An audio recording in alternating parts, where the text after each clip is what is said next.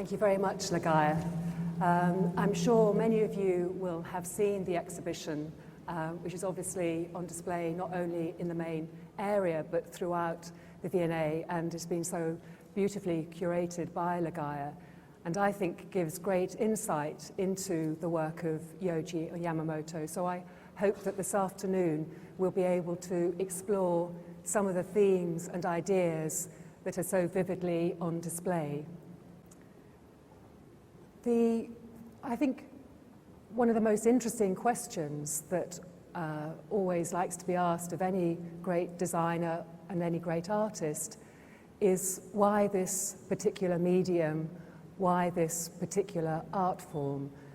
And Yohji has often spoken about a sense of something being missing, and that this is what has driven the development of his practice. And I wondered what it was about fashion that helped with that sense of missing. Well, I'm not so happy to be called as a fashion designer because I hate fashion, first of all. I'm a dressmaker, like working in studio with my assistant. This is my happiest moment, working or creating new clothes with my pattern maker and the fabric maker. And this has been my life. And then from very, very beginning, I hated fashion because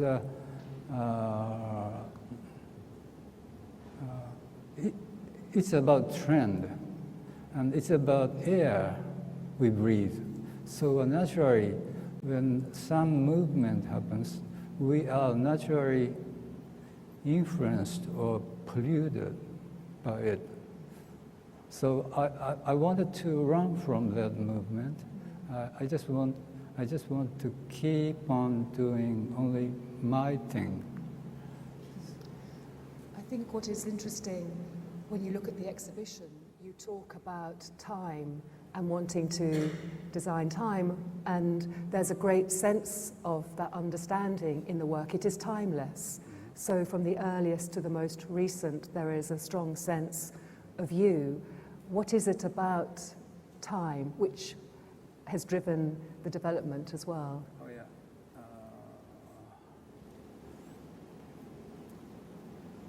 Fashion is about what's next, what's next, what's next. So this is the question about time. So from the beginning, I wanted to do something timeless. I mean, at the same time,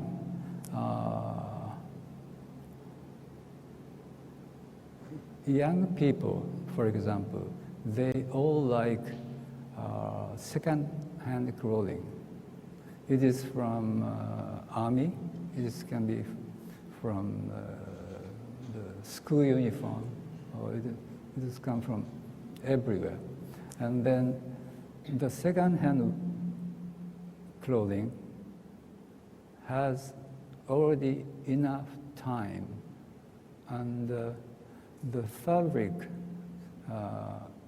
if it's like cotton, wool, linen, silk, like a natural fabric, then they take ages. Then second-hand clothing, to me, is always charming and beautiful. So in that meaning, I wanted to design the time. Absolutely. The other thing that is so striking about your work and why I believe it is so important is the way you combine both the Japanese heritage with the Western traditions. So from Japan, the kimono, the ritual around clothing, and from the West, the couturier, the three-dimensional constructed. How have you managed to so successfully, how have you played with those two traditions? Well,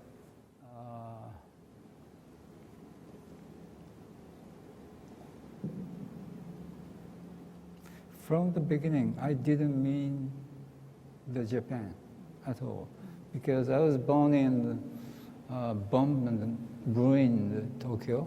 So from my childhood, I had no feeling that I am Japanese. So I had enough international something as a memory. So the time that I was a Japanese, when I noticed I was a Japanese, it was the time when I came to Paris. They called me Japanese.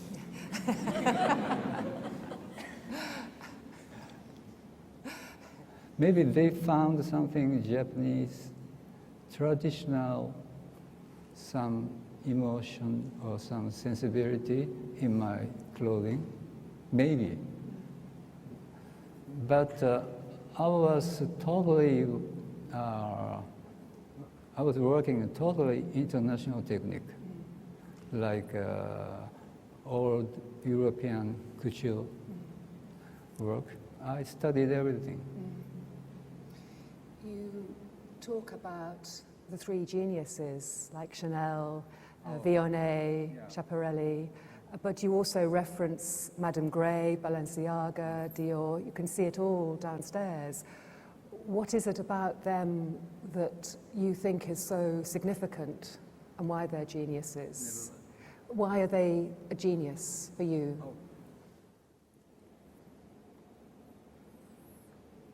For my surprise,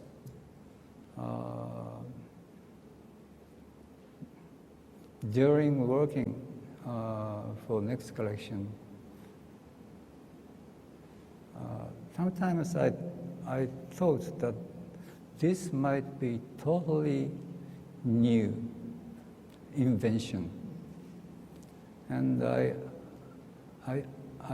did the collection in Paris. But afterwards, I noticed that already Madame Chanel, she made it. She did everything almost in adventure idea. So I felt like I'm useless like this. But also why I think you're such a couturier is because you so significantly define a total look, from the hat to the gloves, the shoes, the bag, the way you balance always. And it is so clear looking at your shows how you managed to do that. Was that something that you always had from the very beginning, or was that something that you developed over time? I love women. And then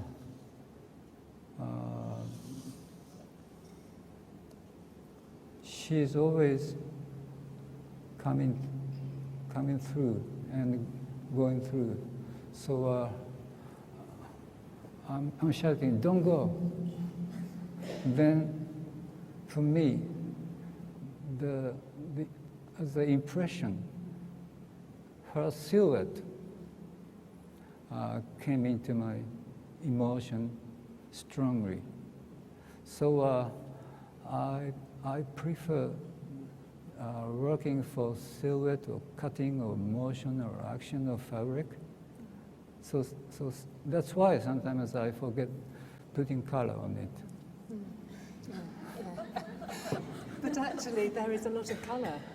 You know, your use of color is also very strong. Obviously, you're renowned for working so much in black, but there's always color and always humor as well in the work. That is very strong. Yes, when I work with color, I need to fight with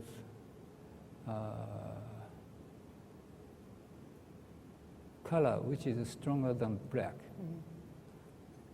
And I take the color, it's the light.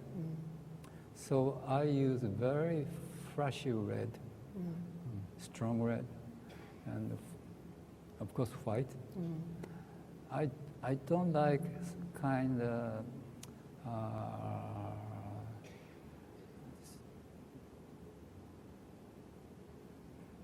something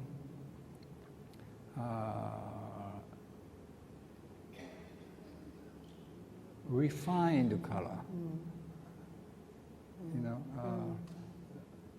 because I take it to the light. So I don't use very often the medium color. Even it is very beautiful, but this color has already the story and the message. Yeah. So for my cutting, this is disturbing. And the other, thinking about some of the influences, obviously you've also referred to some of the photographers like Sander or Penn and the photographs they took of people at work, which, as you say, comes back to the second-hand clothing and people who have worn their clothes and their clothes show their work. What is it about those photographs, which again are timeless, that inspires you?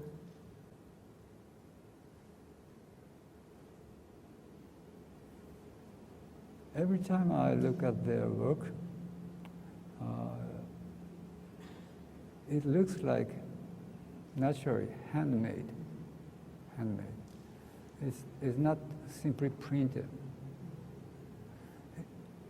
It was like a painting. It's so thick for me.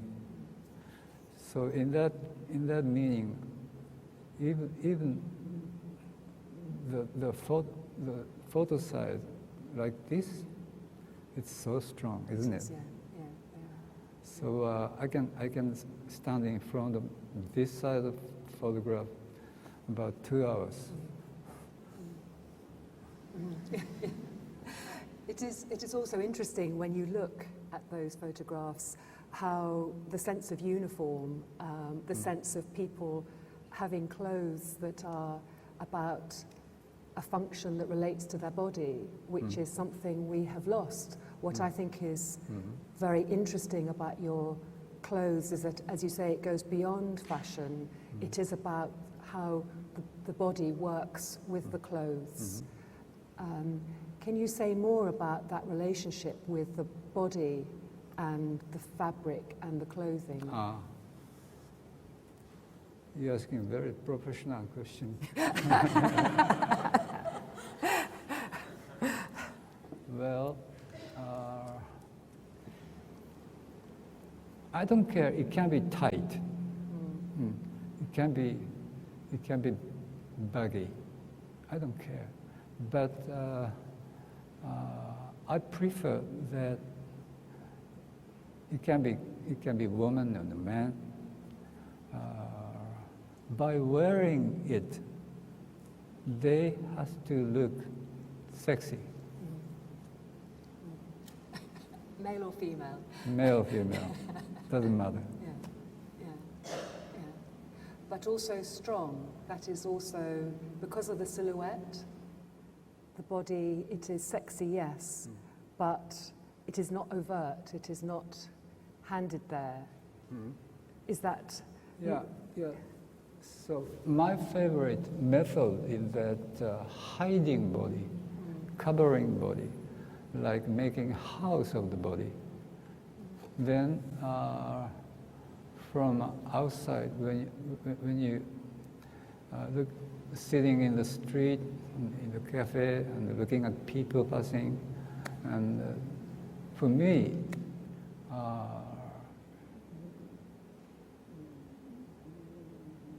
can be male and female.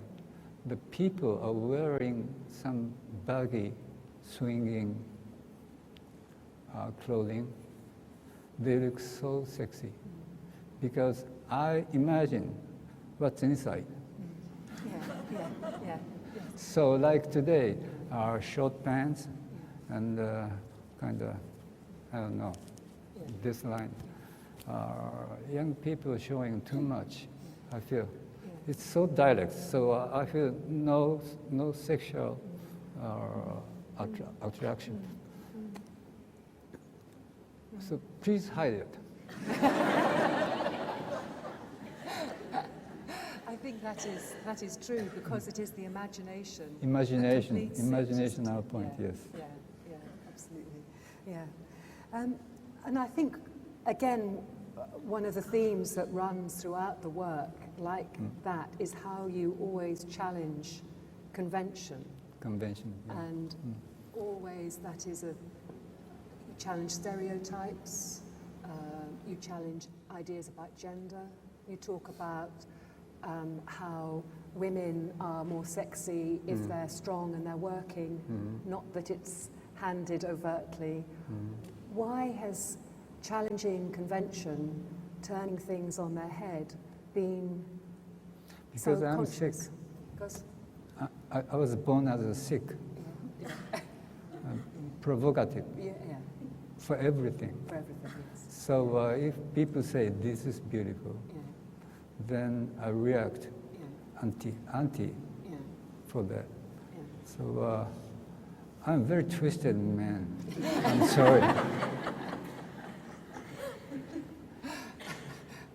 So that's always been your motivation, to challenge, to turn things around. Exactly. Yeah. Ironic or angry Yeah. is always my motivation. Yes. No, I can see.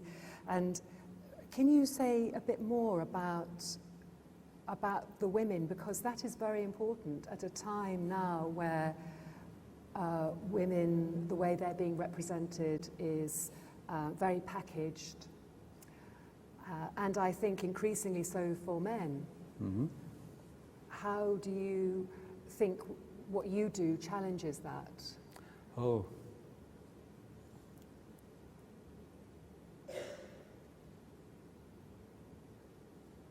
Talking about fast fashion, they are wasting even costume, like toilet paper. So I'm praying, don't waste clothes. But the general trend in the fashion market in the world, it became like that. So I'm asking to myself, Yohji, you didn't work enough. You made it. So this is my fault. It's quite easy to criticize the fashion movement. I don't like it, But as a fashion designer, if I could be more stronger, maybe this kind of flat fashion trend didn't arrive. I don't know. I really don't know.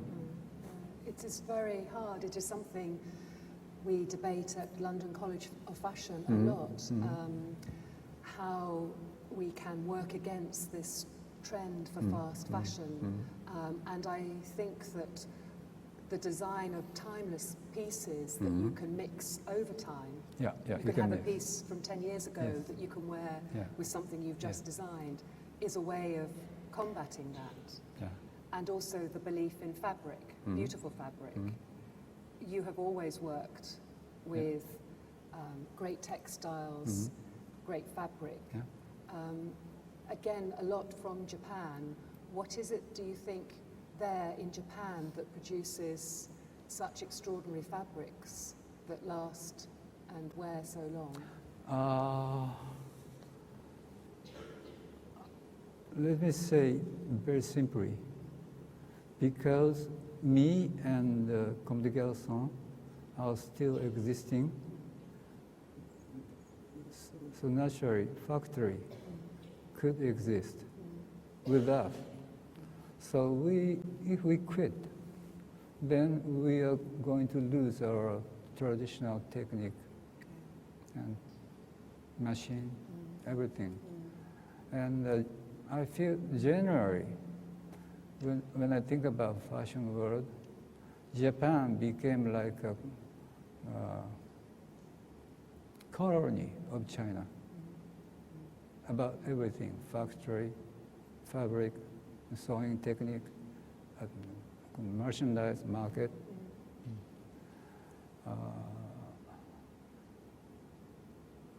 I don't mean I hate China, please, because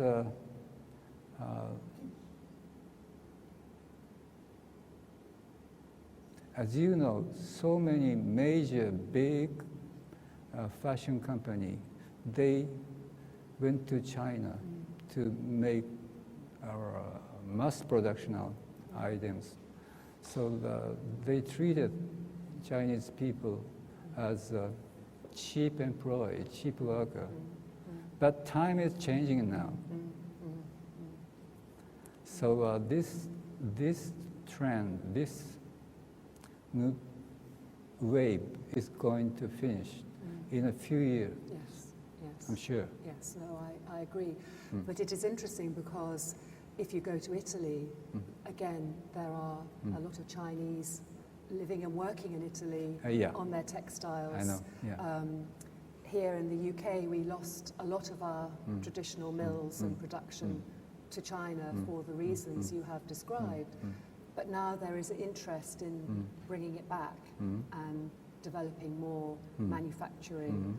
And that is what is interesting, that for you and Comme des Garçons, that you have kept that tradition with your textile producers. And because when it is gone, it is hard to get it back. Exactly. Yeah, yeah. The other aspect that I think is very unique about what you do is the way that you describe how the relationship with tailoring. Tailoring. Yes, and that you have this great sympathy and relationship to fabric, but also to tailoring. And you say wonderful things about pockets or sleeves. What is it that has intrigued you about tailoring?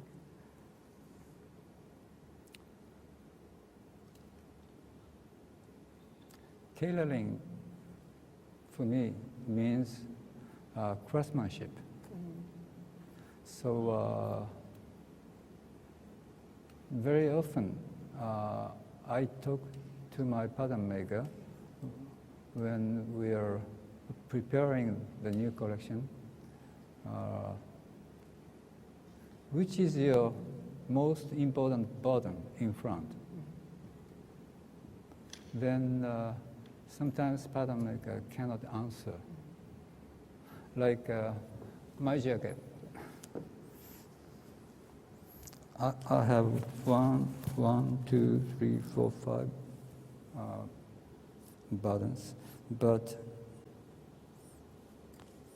probably this button is most important. If I do it like this, I come like a little. So I call it the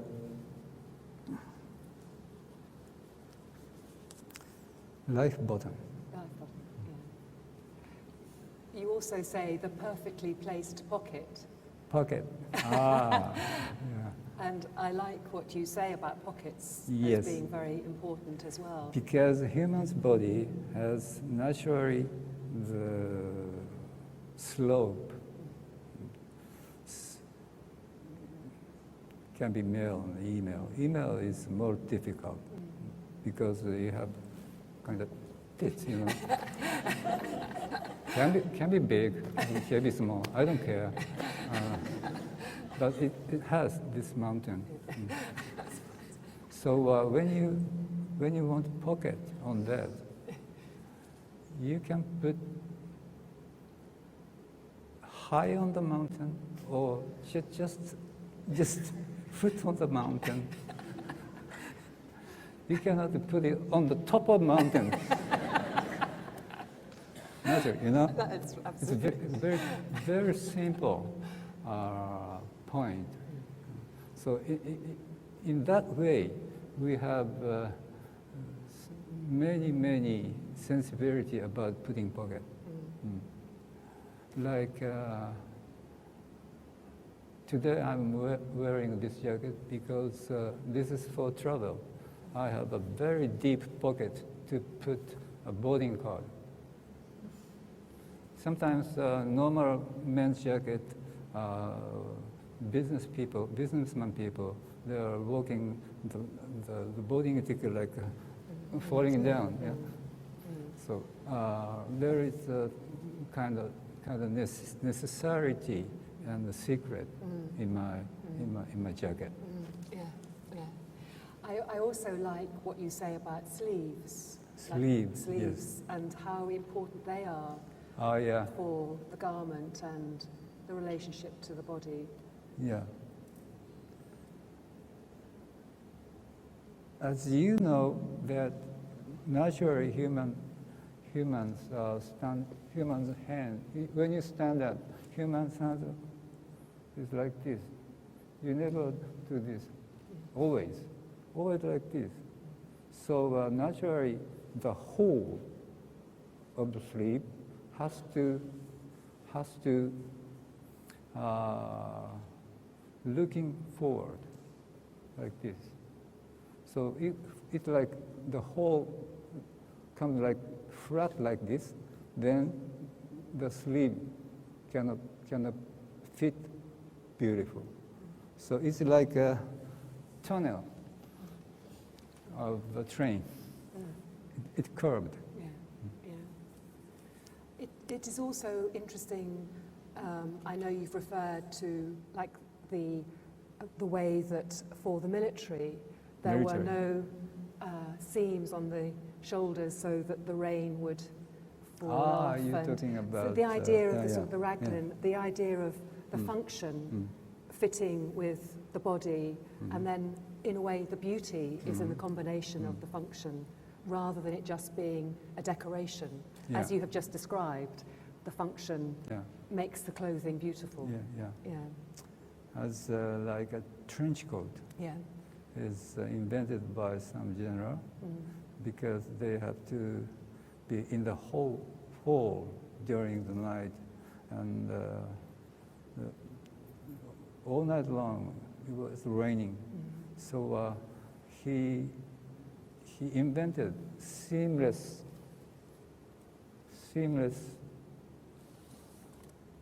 sleeves here. So the cutting point became here, and you have no seam here. It's an invention from necessity, and I love it. Yeah, absolutely. Yeah. It's like the perfect place for the button. Exactly. Yeah. One of the other things that has really set you apart is also the collaborations that you have done. But again, looking at the exhibition downstairs, I was again reminded and struck about the collaboration with Paris that you have. As you said, on the one hand, you didn't know you were Japanese till you went to Paris, but there is something about how you have used the city, lots of different locations for your shows, a lot of sympathy or relationship with the city. Could you say what it is about Paris that has been very important for you? I can say 2 points. The first point is French government. They are clever. They kept accepting talented artists from long time ago. Even musician pianists. If they are talented, they are invited to Paris. That has been a French government method to be making very clear that French is number one, Yes. which I hate. Yes. And secondly, I love Paris because, for example, when in my apartment, when the boiler stopped, then I called to the factory or boiler company. They answer, tout de suite, right now. À demain, peut-être. It means 1 week. And I started like it because I'm living in Japan. We have too many convenience stores opening all night and too many standing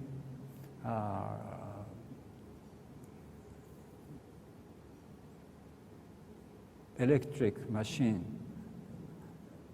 by which we can buy bottle of water or tea.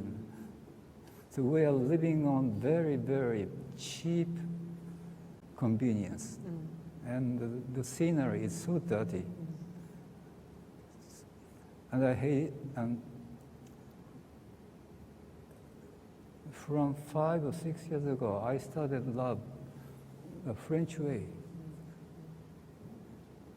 It is not so necessary to be too much convenient.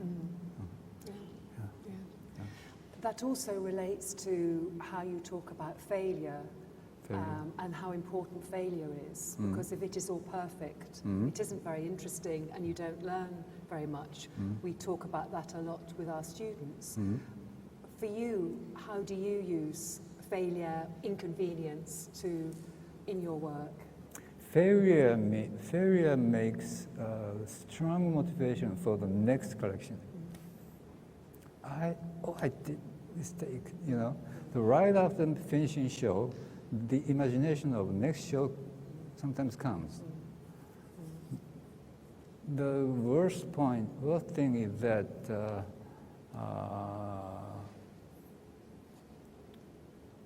when one collection is very successful, and standing applause, and myself felt it was successful, that's terrible. You need to come back to yourself for a long time. Yes, I agree. But also thinking about the show and how, for me, that the way you use the performance aspect of the show to take the clothes beyond just the clothes. So whether it is using gypsy bands or madness or other forms of dressing or undressing, that seems to complete the collection in another way. Have you always liked to play with the performance of the show? Yes, but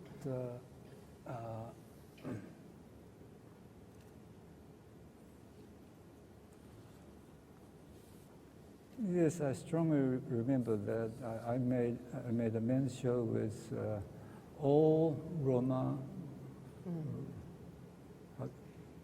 Gypsy is not very right about vocabulary. Yeah, it's right, gypsies. Yeah. Romano? Roma and gypsies, right? And gypsy. Yeah.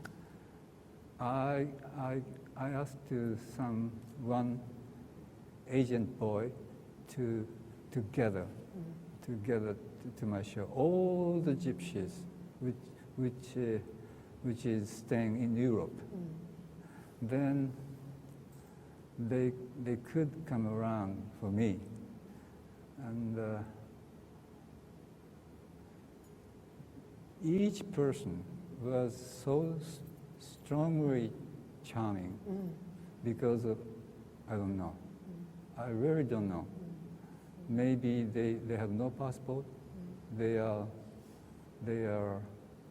living everyday life at edge. Yeah.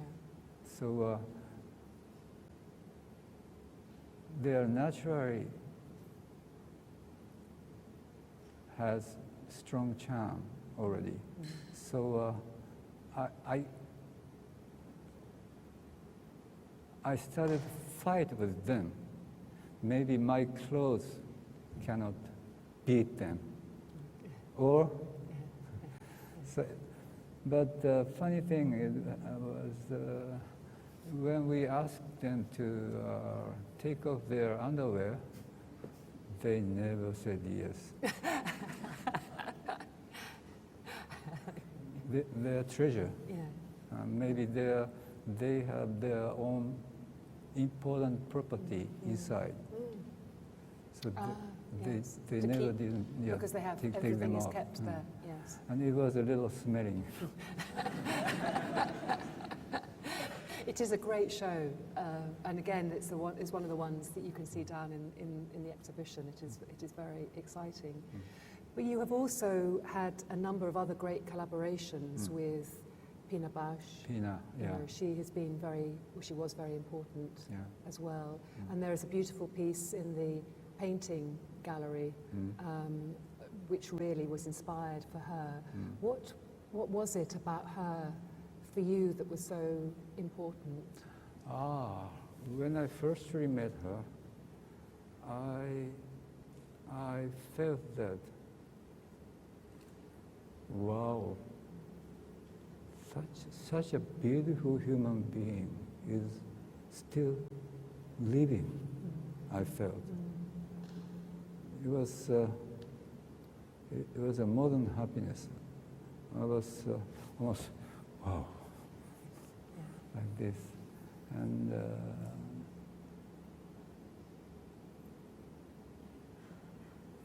we have so many stories about Pina. But,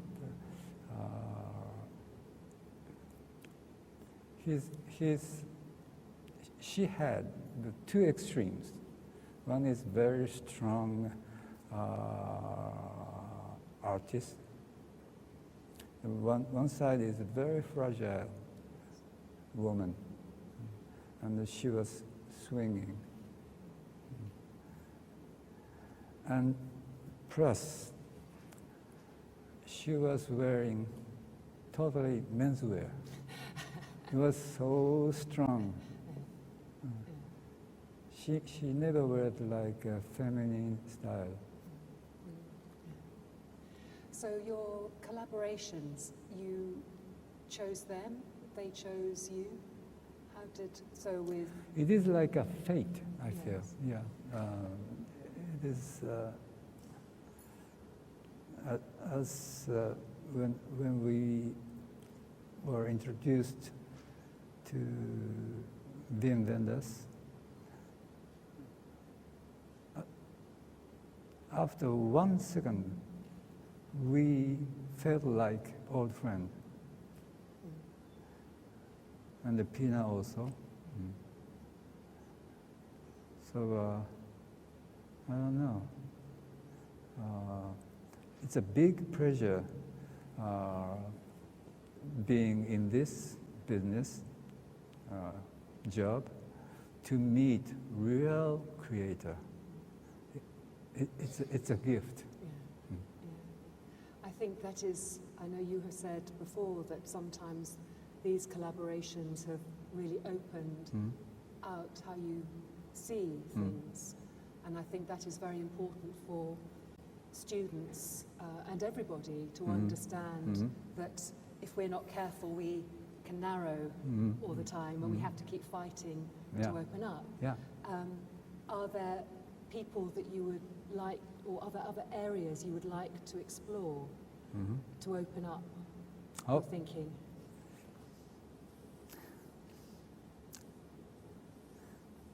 Maybe from end of this year, I'll be a painter. And in 2 years, I'll make a film. So we will wait to see. And in 3 years, I'll make a secret life in Paris. Rock and roll. Rock and roll. Bluesy rock and roll. Yes, yes. I was in the exhibition of your inspiration from the studio at London College of Fashion. There is a book, The Chronicles for Bob Dylan. Oh, yeah. Yeah. So Bob Dylan, perhaps, in Paris. Oh, yeah. But he's a very difficult man. How many times I asked him to work for my men's show? Yeah. Yeah. There was no answer. But I like him. Yeah, yes, he is great. Yeah.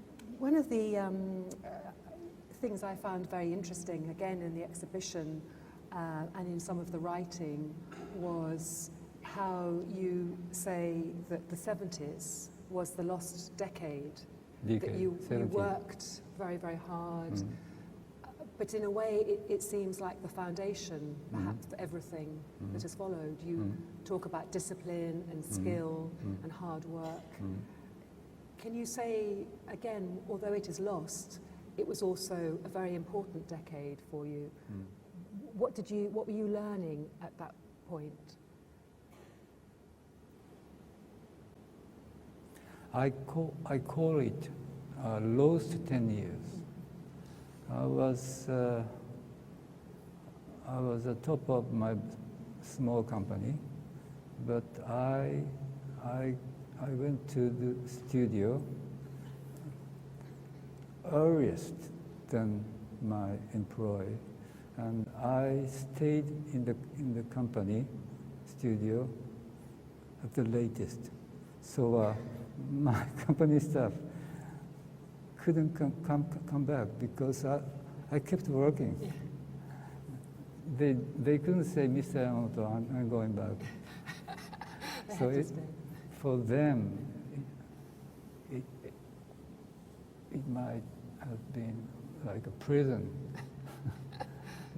So anyway, I say lost 10 years means I was very much into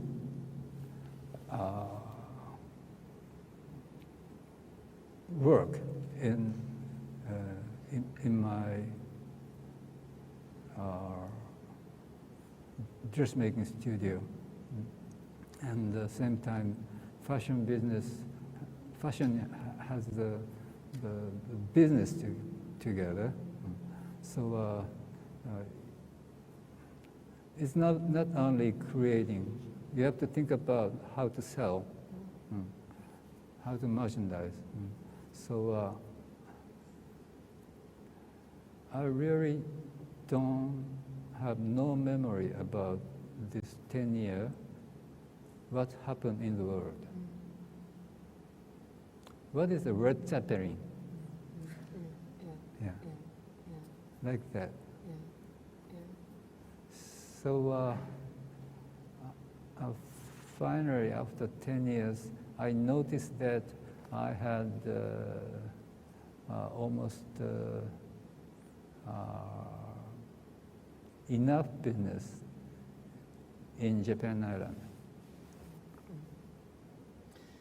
So you've obviously built a great business in the sense of there's Y3, there's Ys, then your main line.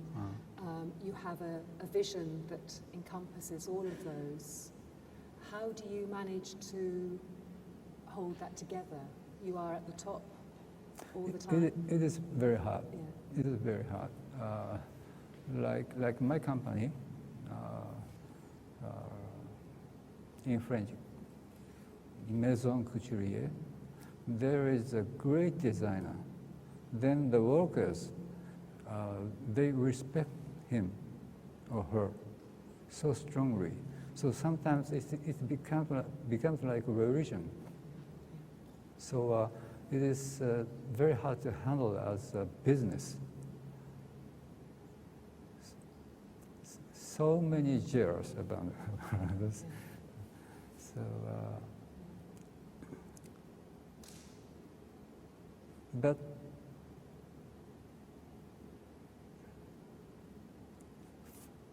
from 2 years ago, we had a kind of accident in my company. We had to change the commercial structure totally. But right after that, I became so light because commercial part became strong. So from now on, I have so many ideas for near future, which is very secret. Because I'm doing 6 shows a year. Yeah, yeah. It is the great pressure within the industry to keep producing, and it's very hard. Yeah. And it is very exciting that you feel that now you've become lighter because there is a new structure, so you can play perhaps in new ways. Yeah. Yes, this is very exciting. Became lighter. Okay. I'd like to invite people to put their own questions. We have a couple of roving mics, so if we could just wait till we have those to make sure that people can hear.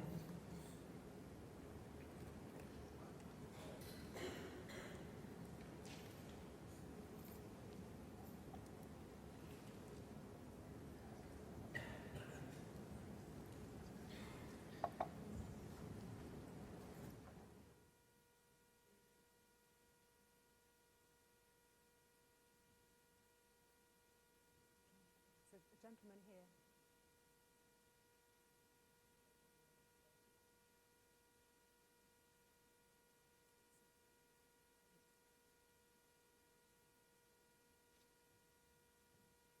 Gentleman here with a hat.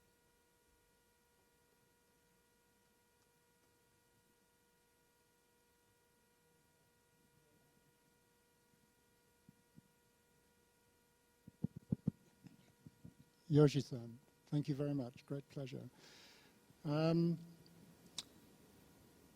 Thank you for implying your intense dislike of the fashion industry and the trend industry. I think many of us of a certain age feel this is exactly what has destroyed something which was once inspiring.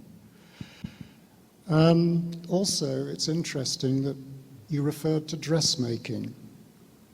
I'm in my 60s now, so when I started, I learned dressmaking from my mother, who was a Jewish dressmaker. If I take the implication of what you said about learning dressmaking, if you put dressmaking skills together with imagination, and you invoke Timothy Leary's great comment, which was tune in, turn on, and drop out, surely what most students should do, particularly students at Central St Martin's, RCA, or even London College of Fashion, with the greatest respect, should tune in, turn on, and drop out. Drop out of college where they're wasting their time and money, use their imagination, learn to be a dressmaker, and come up with some ideas that subvert, destroy, and reinvent this absurd anachronism which has become the fashion industry. Quite recently, 2 young, very attractive Japanese ladies had come to London for the first time, and they'd gone to St Martin's, they'd looked at the RCA, they'd gone to the London College of Fashion, and they were terribly disappointed, not only by what they saw, but how people looked and how deeply, appallingly, badly dressed and ridiculously dressed people looked in London. They were terribly disappointed. I said, the West is over. If you want to learn how to make clothes, go and study in Japan. It's a lot harder, because when I'm in Tokyo... Can you sort of make a question? That's, well, it's a comment, really, because I'm paraphrasing what Yohji said. Lecture. So I'm just picking up on carrying forward. So what's your take on that? Do you think people should tune in, turn on, and drop out? Just drop out of college and do something? Can you transfer? He's asking whether there is a a reason to go to college, or whether it is better to just learn the skills as a dressmaker and not worry about doing an education.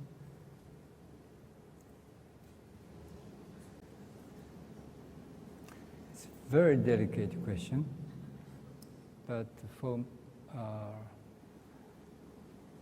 if focus, my company, I don't need young beginner. They didn't need to graduate fashion school. In my company, even they study 2 or 3 years in art school, in my company, they had to start from the very, very beginning. I'm not criticizing, fashion school. It's a very diplomatic answer. Another question? Yeah, it's just one.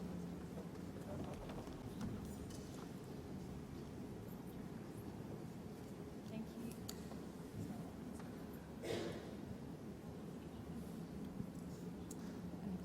Hello? Thank you, Yohji. Thank you, Francis. I loved hearing you talk about photography, sander and pen, and I thought your comment about craftsmanship in making a dress, maybe the way you make a dress is sort of like the way pen and sander make a photograph, so there's some of the same magic. But I wanted to ask you about your company's collaboration with photographers. You have made many incredible collaborations with photographers, and some of the catalogues are on display in the exhibition, and I just wanted to get your feeling on that, if there was any photographers who are your favourite, and not only who have produced catalogues for you, but photographers who have interpreted your clothes. Oh, yes. My company doesn't have many collaboration like licenses. So that means from outside founder, my company looks very, very profitable, because we can start perfume from now. We can start sunglasses. We can start many licenses from now.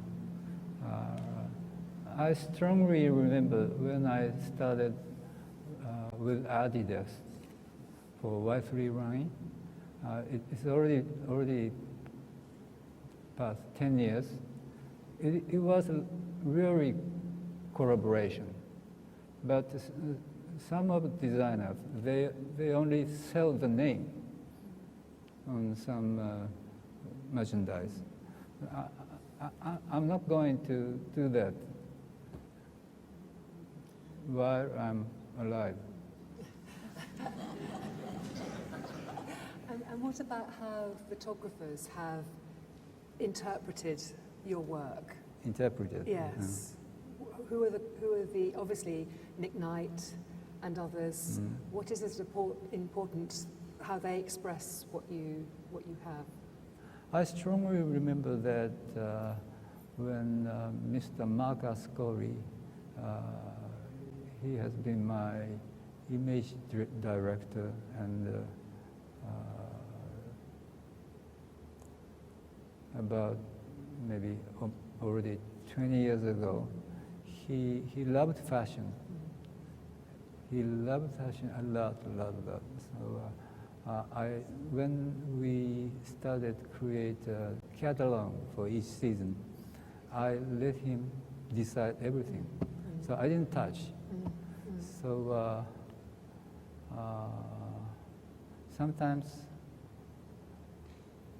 as a taste of fashion, I hate it.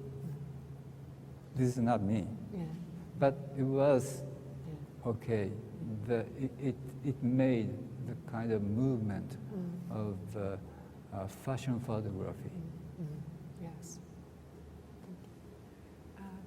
Question.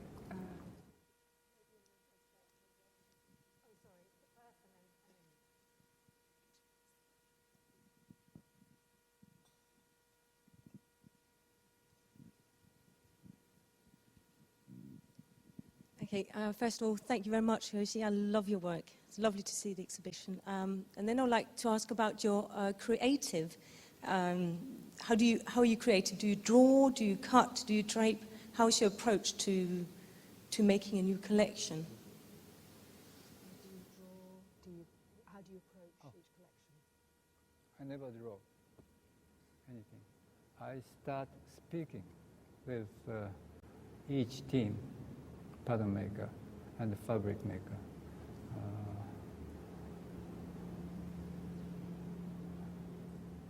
I speak like a film director to let them understand. So if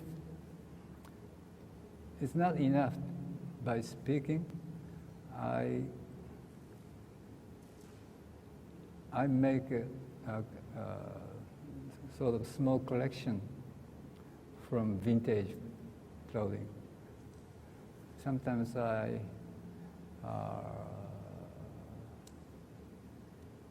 show them the many photos. So I never draw.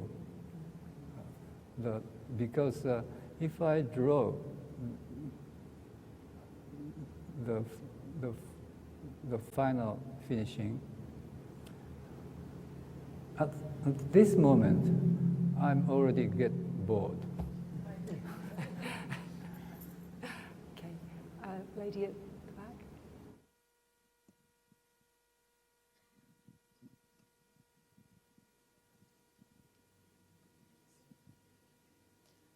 I've also been to the exhibition, but one thing I noticed in the shows is that none of the female models are wearing heels. They're all wearing flat shoes, and it just seems very different from every other show I've seen. And I'm just wondering where that came from, that whole idea of the flat, comfortable shoe for a catwalk show. So why always women in flat shoes for your collections? It is my trauma. I was born in amusement town in Tokyo, very famous amusement town for men. So when I was 4, 5, 6 years old, I kept looking at prostitute women, and they were wearing very high heels. And then the muscle of here was, crinkling. It was so scaring to me because I was very, very fragile, nervous, 7 years boy. The women is, forgive me, please. So it is from my disease, mental disease. Another, yes. You have said that failure is an important part of learning process. Sorry, you said that failure is an important part of learning process.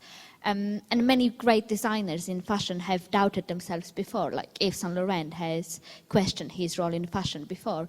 Do you ever self-doubt yourself? Do you ever wonder if fashion is what you're supposed to be doing?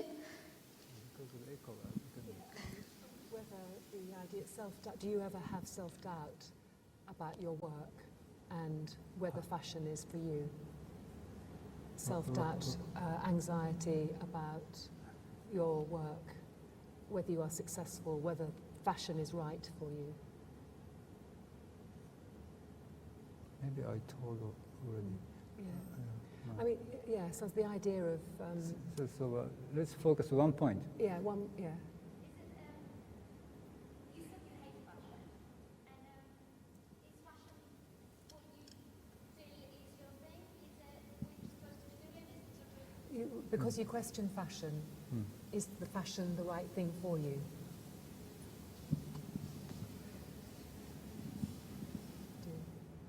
I think that's a perfect note on which to end.